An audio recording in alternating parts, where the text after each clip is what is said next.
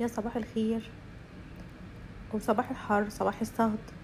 طبعا درجة الحرارة النهاردة 39 حر. المهم بقى نبدأ بفطارنا اللذيذ بتاعنا. جبنة مطبوخة، كنت هكسر الطبق او هكسر البرطمان.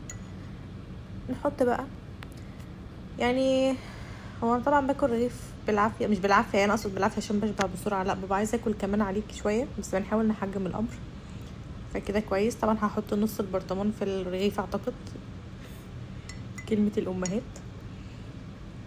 هنحط نص البرطمان في الرغيف بس براحتنا. المهم نبدا بقى نعمل مشروبنا المفضل.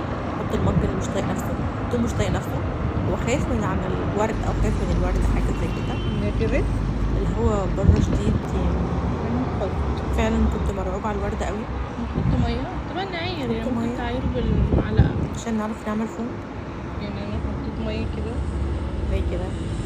ونبدا بقى ايه، نحط الكنكه، نحط اللبن. انا طبعا ما بضربش النسكافيه بسرعه، علشان اللبن لما يغلي ويقعد يغلى بس، وبعدين عشان الفوم ما يقعدش يعمل بقاقيع كده اهو.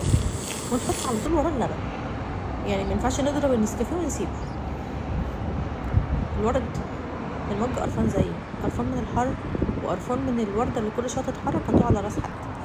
زي ما انتوا شايفين انا بحب الويفر ده قوي، تحفه. ايه رايكم في النسكافيه؟ انتوا بقى بتشربوا نسكافيه ولا بتشربوا قهوه تركي ولا بتشربوا ايه؟ عندي فضول جدا اعرف ايه رايكم. طبعا عايزه اكلمكم شويه عن السكر اللي انا بستعمله ستيفيا، بقالي اكتر من سنه ما بستعملش سكر ابيض. يعني مش دايت، يعني مش عشان عامله دايت قوي، بس بدات استلطفه قوي وحبيت طعمه جدا. ما بيغيرش الطعم، ما فيهوش اسبرتام، مصنع من الستيفيا نفسها، صنع من الستيفيا، ماده الستيفيا نفسها، مش من اسبرتام، مش مصنوع من حاجه تانية ومضاف عليه حاجه كده من الستيفيا، لا هو خلاصه الستيفيا بس. هو اولا طعمه ما بيغيرش طعم النكهه او المشروب. انا بعمل بيه حلويات على فكره، انا الايام اللي جايه هيبقى فيه حلويات كيتو دايت هعملها.